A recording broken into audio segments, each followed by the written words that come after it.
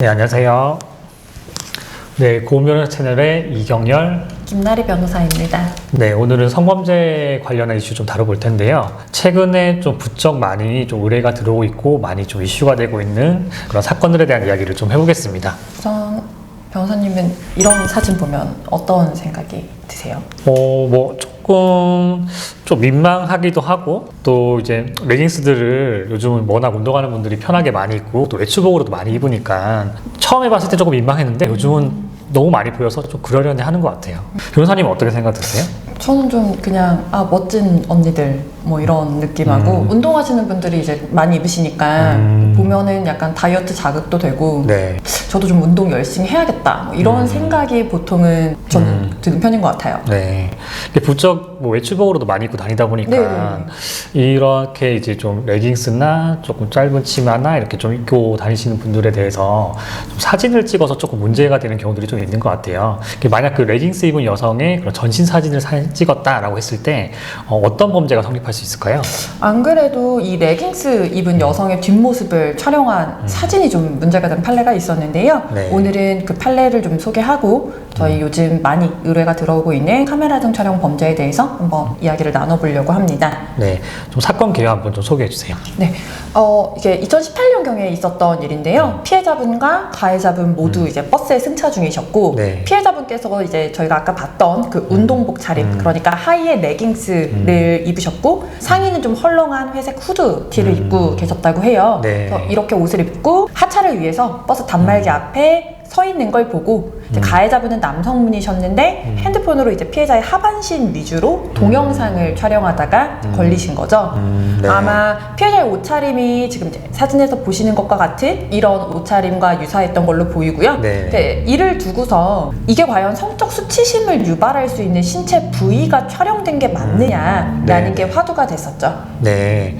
이 사건에 대해서 뭐 대법원까지 진행된 걸로 아는데 일단 원심에서는 어떻게 판단을 내렸나요? 원심에서는 일단은 이 사건에서 죄가 없다라고 판단을 했는데요. 네네. 판단했던 근거 자체가 이 사건 동영상 촬영 당시에 피해자분께서 네. 엉덩이 바로 위까지 내려오는 좀 다소 헐렁한 회색 상의를 입고 있어서 이제 좀 신체적으로 약간 수치심을 느낄 수 있는 부위인 엉덩이가 노출되지 않았다라는 게 좀 주된 쟁점이 됐었고요. 네네. 레깅스가 이제 발목까지 내려오다 보니까 드러나는 신체 부위가 발목 요만큼이다 네. 라는 부분도 이제 좀 중요한 판단 근거가 됐었고요. 네. 그다음에 이제 피고인이 피해자의 상반신부터 발끝까지 전체적인 피해자의 우측 후방 모습을 촬영을 했는데 네네. 이게 이제 피해자의 뭐 엉덩이 부위를 확대하거나 아니면 부각시켜서 촬영하진 않아서 가해자의 눈에 보이는 대로만 촬영이 됐다라는 부분도 이제 좀 중요한 판단 근거가 됐습니다. 특별한 각도나 특수한 방법이 아닌 사람이 시야에 통상적으로 비춰지는 모습을 촬영했다.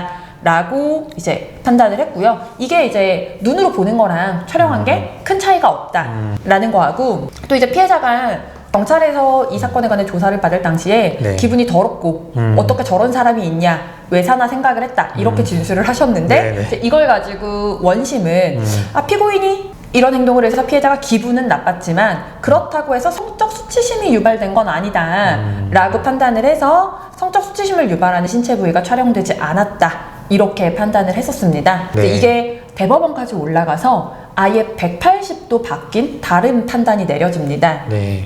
원심 얘기 들어보면 되게 좀 근거가 타당해 보이긴 해요. 그렇죠?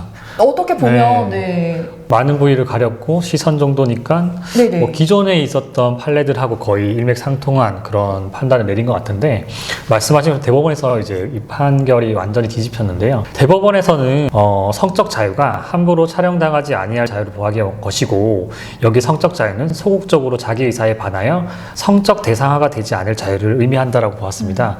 그러면서 범위를 상당히 넓혔는데요. 피고인이 성적 욕망 또는 수치심을 유발할 수 있는 신체를 피해자 의사에 반해서 촬영하였다고 봄이 타당하다라고 판단하면서 이 사건과 같이 몸에 밀착하여 엉덩이와 허벅지 부분에 굴곡이 드러나도록 하는 경우에도 성적 욕망 또는 수치심을 유발할 수 있는 그런 신체 부위에 해당한다라고 판단을 내렸습니다.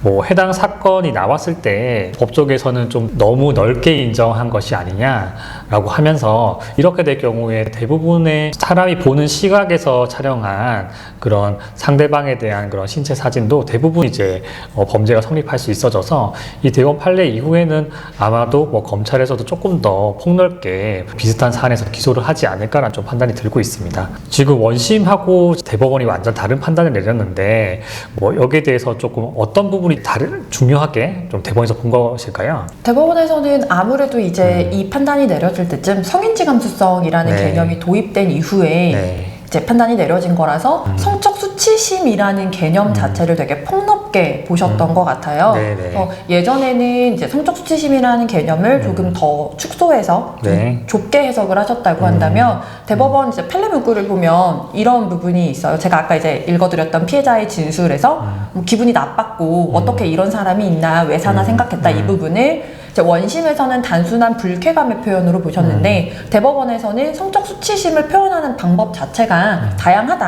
그러니까 이런 불쾌감을 표현하는 것도 성적 수치심을 좀 표현하는 일환이 될 수 있다. 네. 이런 식으로도 판단을 하셨더라고요. 네, 네. 지금 계속 얘기를 하고 있는 카메라 등 이용한 촬영한 성범죄의 경우는 성폭력 처벌 등에 관한 특례법 14조의 적용을 받거든요. 성적 욕망 또는 수치심을 유발할 수 있는 사람의 신체를 촬영 대상자의 의사에 반하여 촬영한 자는 7년 이하의 징역, 5천만 원 이하의 벌금 처한다고 되어 있어요. 이 문구에 대한 좀 해석이 조금은 다르게 될 수 있는데 대법원에서 이제 성인지 감수성 개념 도입한 이후에 상당히 좀 넓히고 있다.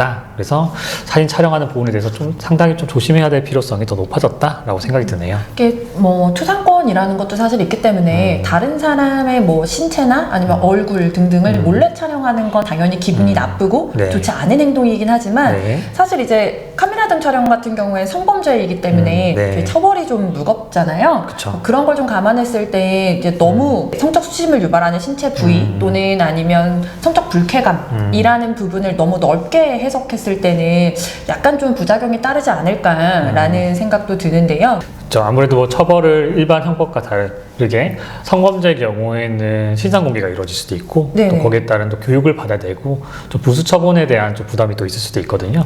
그 대부분들 이제 일반적으로 이제 형을 받으시는 것보다는 이 신상 공개, 취업 제한 등의 조치 때문에 많이 부담감들을 가지시는 이제 법적 처벌이라고 볼 수 있는데요. 이런 사례들을 보면서 이런 케이스도 혹시 있을 수는 있잖아요. 이제 뭐 촬영자가 동성인 경우. 그러니까 지금 저희 이제 대법원 판례 같은 경우 저희가 소개해드린 사례 같은 경우에는 모르는 남성이 모르는 여성에 대한 이제 촬영을 한 거기 때문에 그쵸. 사실은 성범죄라고 보기 충분할 것 같은데 동성이 동성을 촬영한 경우나 아니면 요즘엔 사실 핸드폰 기능이 좋아서 그럴 일이 잘 없는데 이제 가끔 나도 모르게 카메라가 켜진 경우 이런 경우까지는 좀 어떻게 봐야 할까 하는 좀 의문의 여지가 있을 수 있을 것 같아요. 맞습니다. 그러니까 조금 다르게 볼 것 같긴 해요. 근데 제가 진행했던 사건은 그 나이가 많은 여성분이 다른 여성분의 그 내복을 입은 뒷모습을 촬영한 건데 그 사안의 경우도 같은 동성이긴 하지만 상대방의 수치심을 유발할 수 있다고 보면서 이 해당 법조항으로 인해서 처벌을 받았거든요. 뭐 그런 걸 본다면 동성인 경우는 처벌받지 않는다라고 볼 수는 없을 것 같고 사안에 따라서도 충분히 처벌 가능하다라고 좀 유념을 하셔야 될 것 같아요. 다만 뭐 다른 내가 원하는 그런 옷 촬영이나 아니면 상대방의 그런 약간 그 운동을 한 그런 몸매를 내가 조금 그 참고하겠다라고 하면서 찍었던 사진들에 대해서까지 이게 같은 동성인 경우에 또 처벌을 해야 되나 수치심을 유발했다 볼 수 있냐 뭐 이런 부분은 계속 좀 논란이 있을 것 같습니다. 변호사님이 지금 소개하신 것처럼 이제 네이 같은 경우에는 사실 저희가 입고 나갈 목적의 옷은 아니기 때문에 네. 이제 그런 모습이 찍혔다라는 건 좀 성적 수치심을 유발할 수 있다라고 보일 수 있을 것 같은데요. 네. 이제 아까 소개드렸던 이제 레깅스 같은 경우에는 요즘엔 운동복으로만 입기보다는 사실 외출복으로 그쵸. 너무 많이 입으시잖아요. 네. 이런 옷차림이나 아니면 글쎄 이런 케이스가 요즘도 좀 많이 있을진 모르겠는데 이제 간혹 가다가 여성분들 같은 경우에는 지나가다가 너무 예쁜 몸매를 소유하고 계신 분들을 보면 약간 다이어트 자극사진 마냥 네. 이제 자기도 모르게 이렇게 촬영을 하시는 경우도 뭐 간혹가다 있다고들 해요. 네. 아니면 뭐 너무 예쁜 옷을 입고 가신 분인데 그러니까 가서 어서 사셨어요? 이럴 순 없으니까. 저도 머리 스타일이 이뻐가지고 네네네네. 찍었는데 또 어떻게 하다 보니까 레깅스를 입게 된 걸 수도 있고. 이제 그런 식으로 정말 이제 성적 욕망이라는 어떤 목적이 전혀 없이 그냥 저 사람의 어떤 착장이나 아니면 뭐 이런 것들 때문에 잠깐 이제 사진을 좀 찍어서 나중에 뭐 검색할 때 사용하겠다 이런 식으로 이제 찍었던 사진에 대해서도 상대방이 당연히 이제 몰래 촬영한 거니까 기분이 나쁠 수는 있는데 이걸 과연 성범죄로 봐야 되느냐라는 부분에 대해서는 계속 좀 꾸준한 논란의 여지가 있을 것 같습니다.